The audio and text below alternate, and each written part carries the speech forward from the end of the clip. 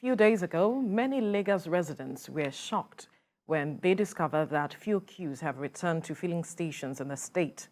Now, what they want is that the government should find a lasting solution, as they say they cannot stand the stress and burden the scarcity is bringing on them. Theophilus Ilama has details. These are vehicles and their owners queuing up to get fuel. Some of them have spent 2 hours and some less. What is clear now is that fuel scarcity is back. But the Independent Petroleum Marketers Association of Nigeria, IPMAN, says the renewed scarcity is caused by the ravaging flood in the country. In my office right now, we are running a program for Lagos State with students right now. In the next 1 hour, 30 minutes, the gen will go off. There is no fuel. I've been on queue for how many? I don't know. For over 1 hour now. I don't even know if the gen is still on. And we have students there. The facilitators are working without. There's no lights. It's very normal to me. Every 2 months is used to happen. So I'm used to it now. You're used to it now? Yeah, I'm used to. No NEPA. I'm used to no fuel. Some fuel stations monitored by TVC News had to shut down their operations due to the scarcity of petroleum products. This isn't the first time such crisis is happening this year. From the look of things, the whole thing starts from the top. Probably if it's been managed properly, we won't have this issue. It's something that can be resolved in a twinkle of an eye. But because some people have decided to, not do what they're supposed to do, they've put, the citizens in mess like this, which is not supposed to be. If they do things right, put the right people in key positions. Like this is a technical area. You not bring a lawyer to come and head an NPC. You not bring a lawyer to come and head DPR. And you expect this to go well. It can never go well. So it will keep recurring. And the solution is construction of refinery. If they like, let them remove subsidy. The problem will still be there.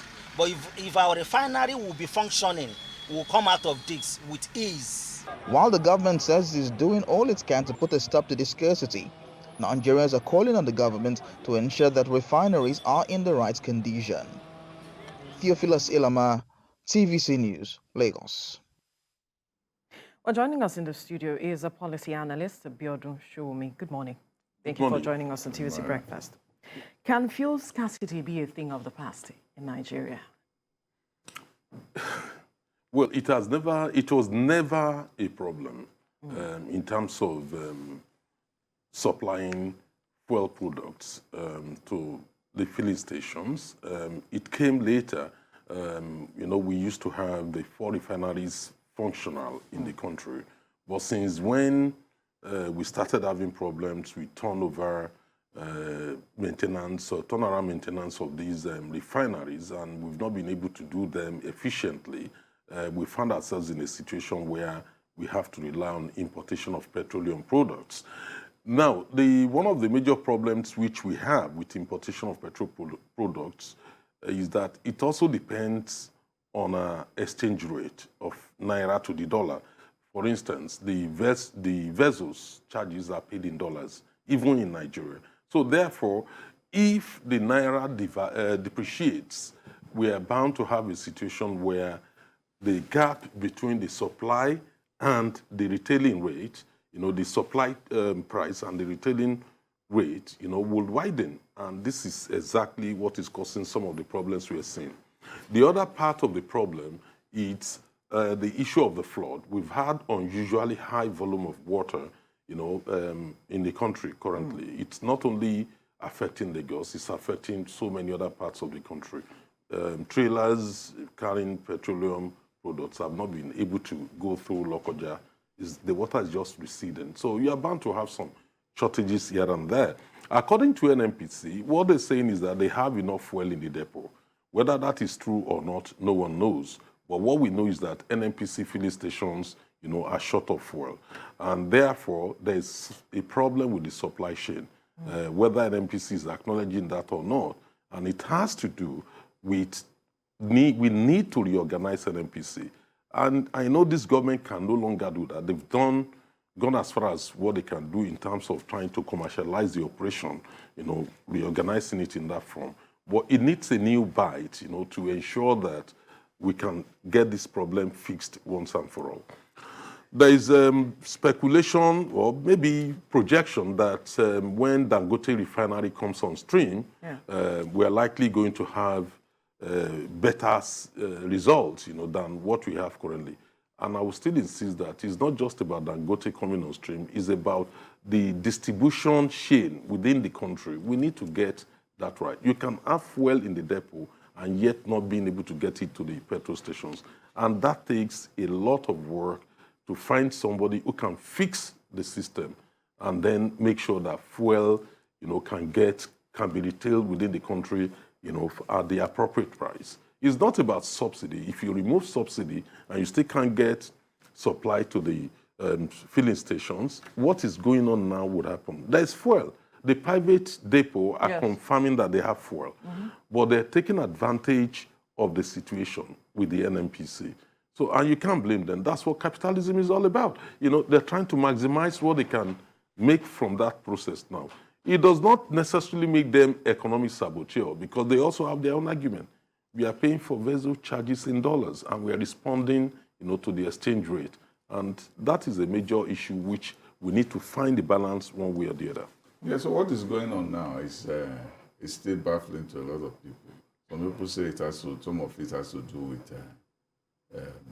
the flood. So explain to us, what has flood got to do with fuel? Yes, the petrol tankers, carrying the petrol to discharge, particularly outside Lagos, are held up around Lokoja because of the volume of water. Does Lokoja come to Lagos? Do they have to come to Lagos? Not necessarily. The problem we have is, in respect to Lagos, is you have the depot in Lagos, you have Mosimi in Shagamu. They just do not have fuel in those depots. That is the truth. Why? NNPC, because the private tanks have fuel. Yes. But NNPC tanks are empty. The depots are empty. They are because they have empty. not been That able is to the truth. update them. They have not resupplied them. Yeah. So because of that problem, you have vessels waiting on the IC. NNPC can throw up figures and bring out papers to show that, look, we have ordered for fuel, there is no problem, which is correct. On paper. But on paper. But they are held up on the IC. There are disagreements over charges, which are vessel charges which are paid in dollars. There are also uncleared accounts which NNPC is here to reconcile. Those are the issues holding up these vessels from discharging to the depot. And because of that, the private depot now saw an opportunity to capitalize on. That's exactly what is really going on. But they are saboteurs. You say they are not saboteurs, but that's sabotage. Capitalism, It's not capitalism. It looks like sugarcoating. They are criminals. Well, we can put it that way. Many of them, particularly the IPMAN, the Independent Petroleum Marketers Association of Nigeria, who are the ones in charge of retailing, and particularly not happy that, look, given the state of the country, we do not need to create more hardship for our own people due to our own tendencies, to maximize profit given any slight opportunity.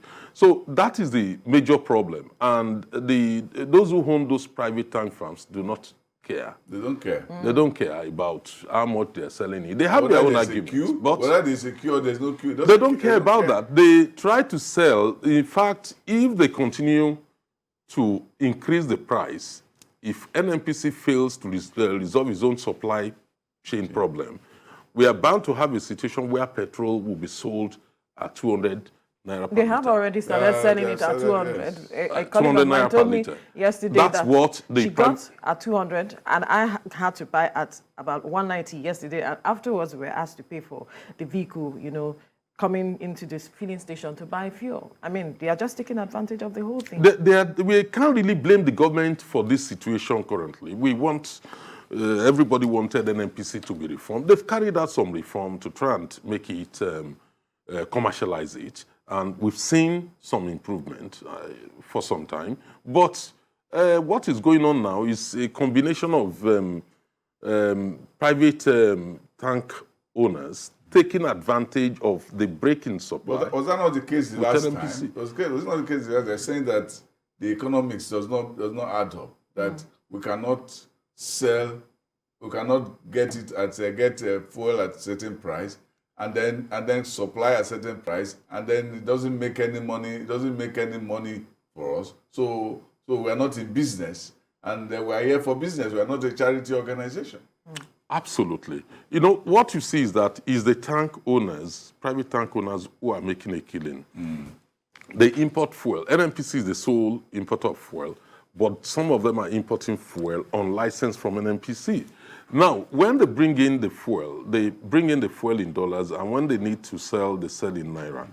Selling in naira also means that they take advantage of the money allocated to them in dollars, which they will get at the official rate, and they'll retail to us at the normal rate, which you and I round-tripping. It's round-tripping. And yes, they are saying that they are not making more money. That is not correct. They are not passing even the savings to the consumers. And that is one of the things which government, in my view, or NNPC needs to look at. How can they do that? Oh, they can. It's either we totally deregulate the sector or we sell the dollar to them at the official rate. Yes. You know, so that the gap, they're making that huge profit between the official rate and the normal rate, you know, it's breached.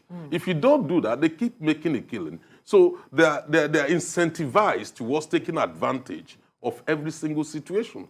You know, the problem in that sector is very complex, and it's also very simple. It's just government needs to move in and see how to better regulate, you know, that very particular in sector. specific terms, what would you suggest government do at addressing or reorganizing the NNPC to address these issues that we're facing?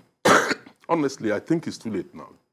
We need to wait until after elections. When a new regime is there, we need people, talent hunters, people who can find the appropriate people, you know, to deal with the situation in relation to fuel distribution within our country.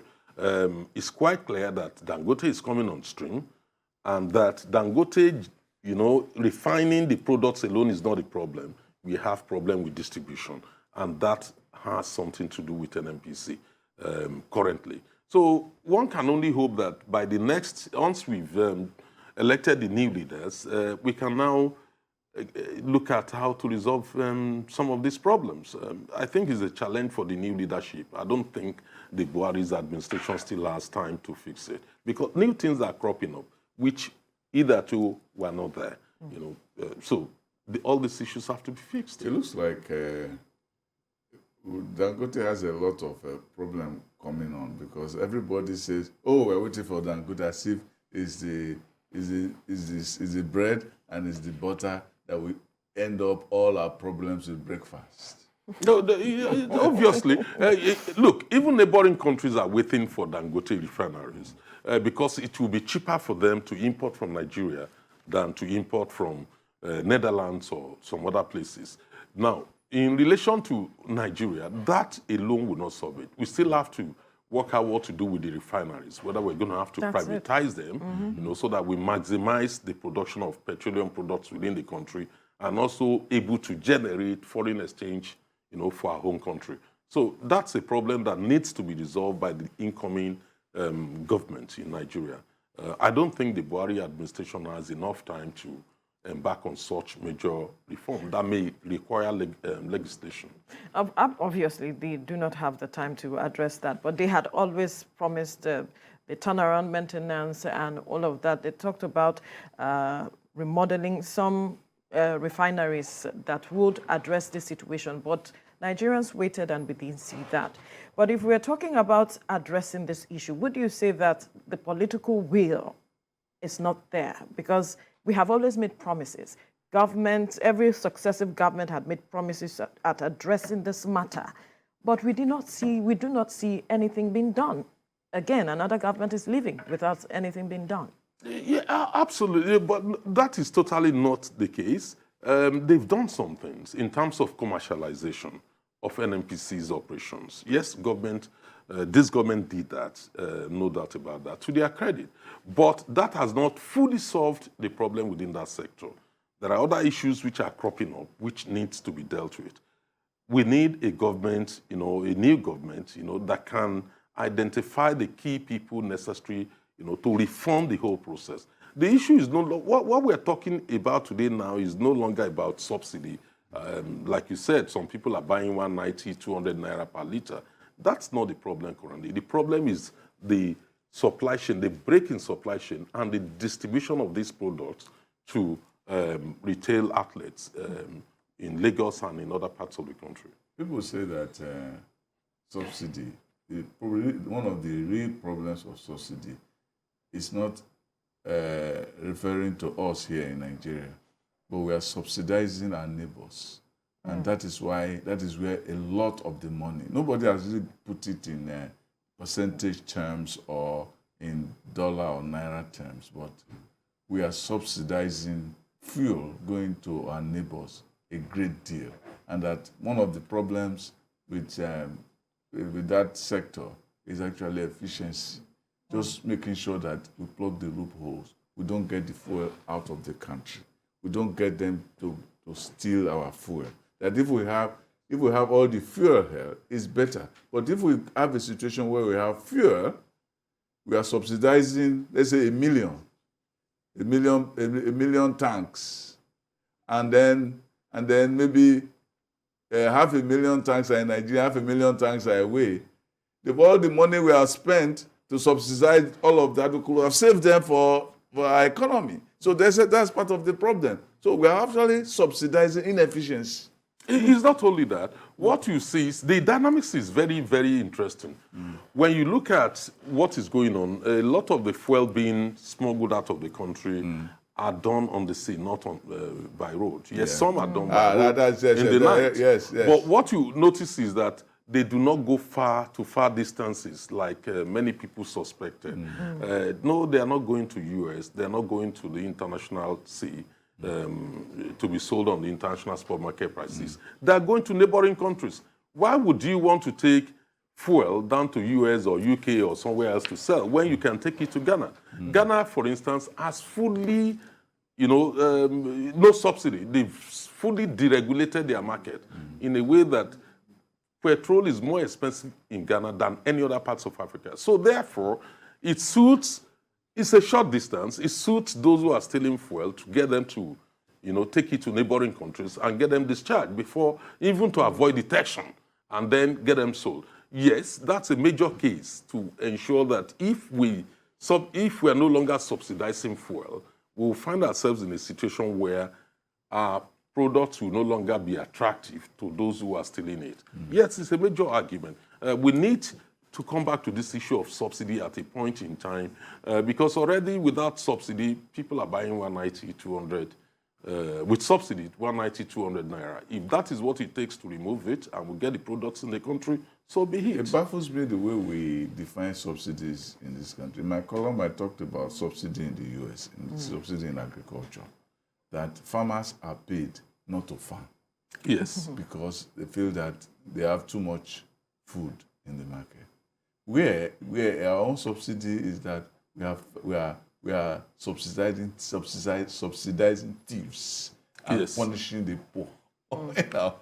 If you look at Europe, the common CAP, Common Agricultural Policy, is all about is they have agreed that farmers are guaranteed a minimum price for one egg or for any product. So due to overproduction, which would lead to depression of the prices, what they do is the EU, under the Common Agricultural Policy, will now buy off all the SXs and destroy them.